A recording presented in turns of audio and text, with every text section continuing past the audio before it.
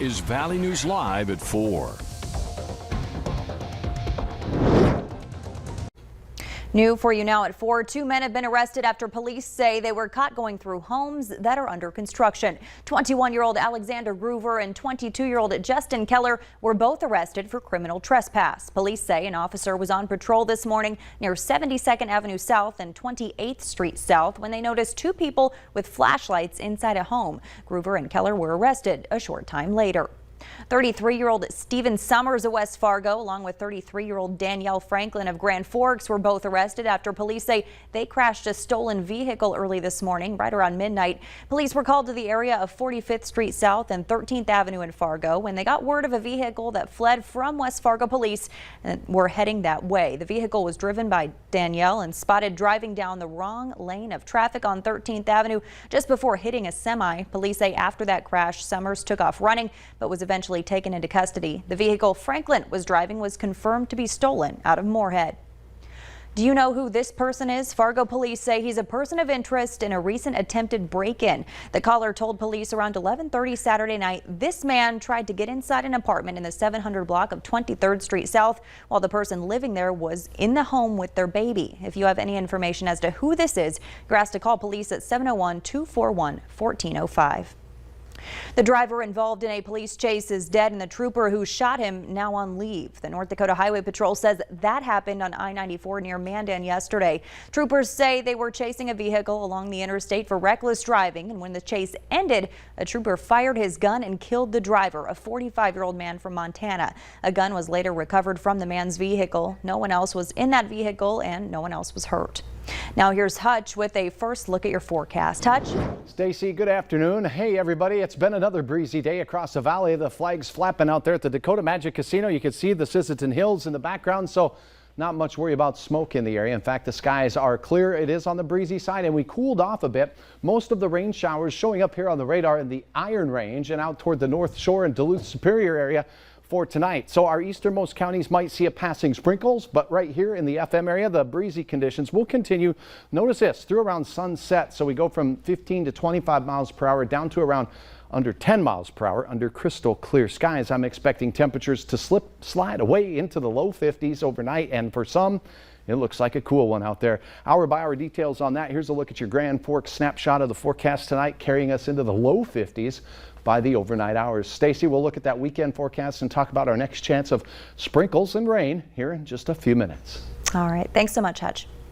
Minnesota State Patrol says over the Labor Day weekend, 4 people lost their lives to drunk driving on Minnesota roads. Statewide, 373 drivers were arrested for DWI during the 3-day holiday weekend. 315 drivers have died on Minnesota roads this year, compared to 250 people this time last year. Police in Bemidji are asking for your help finding a missing teenage girl. 16-year-old Adonis Feather was last seen near this 1900 block of Middle School Drive Northwest yesterday evening. Police say she's 5'5" and 180 pounds with brown eyes and blue hair. She was last seen wearing a blue Tupac shirt, jeans, and black tennis shoes. Fargo police tell us they've received several calls lately about phone scams. At times, callers may say they're with a police department or a sheriff's office warning about unpaid fines or a warrant. Some calls involve claims of compromised social security numbers. Others, a scammer will claim the individual needs to pay a deposit to XL Energy for a new meter. To avoid being duped, you should never give your personal or financial information over the phone to a caller you are not expecting to hear from. 20 years after the September 11th attacks, tens of thousands of first responders, survivors, and their families are still coping with lasting impacts on their mental health. Doctors say they continue to see new patients every week seeking help. Michael George sits down with a first responder dealing with physical and mental health issues who hopes others get the help they need. Stephen Hess was working as an FDNY EMS tech on September 11th. He raced to Lower Manhattan with tens of thousands of first responders. I was there the day of, but then I spent more time at the landfill in Staten Island. I had a cough almost right away. The following years, he suffered several devastating health issues, breathing problems, advanced stage lupus, multiple back surgeries, and mental health problems. It took me 5 years to come to therapy. It was working, but I had long periods of wishing I never woke up in the morning, and then I actually contemplated suicide because between the pain from the lupus, the breathing.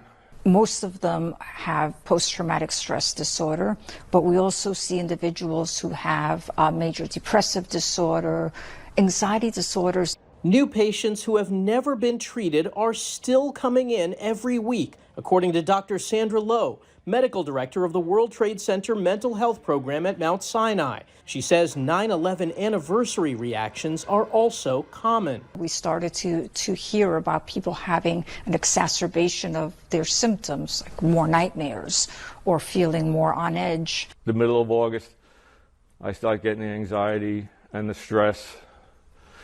And even this morning, I was like contemplating canceling this. And then I thought, if this can help one other person. Hess credits his treatment at the Sinai program as well as his family for their tremendous support. He hopes others reach out for help if they need it. Michael George, CBS News, New York. 23,000 of more than 80,000 first responders are currently being seen at Mount Sinai's program for their physical and mental health. This week comes some news which could bring closure to the families of 2 9/11 victims.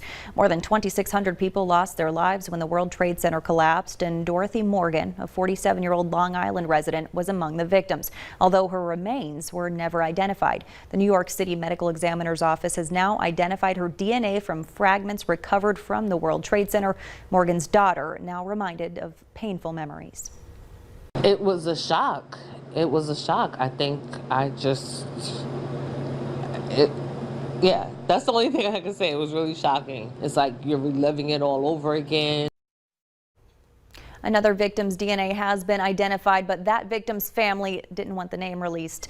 These are the first 2 identifications since 2019, and there could be more thanks to DNA sequencing technology. The 13 American service members who died during the suicide bomber attacks during the evacuation mission in Afghanistan have been awarded Purple Hearts. The troops were killed August 26th as they were helping to screen Afghans and others at the Kabul airport.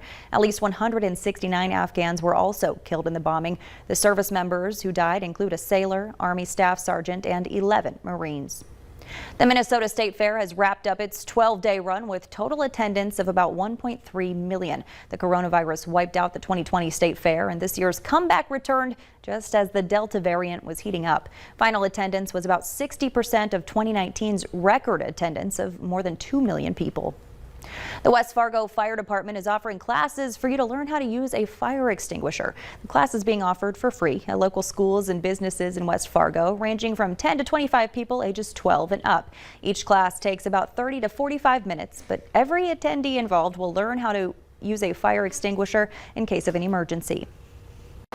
If you have a small fire, like a pan fire, something that's containable that you think you can put out with fire extinguisher, and if you use one, you'll know what size that would be. That's when we use a fire extinguisher. Of course, they come in many different sizes, and the kind that we use for the house is a 5-pound extinguisher. It only lasts about 20 seconds. They don't last a very long time.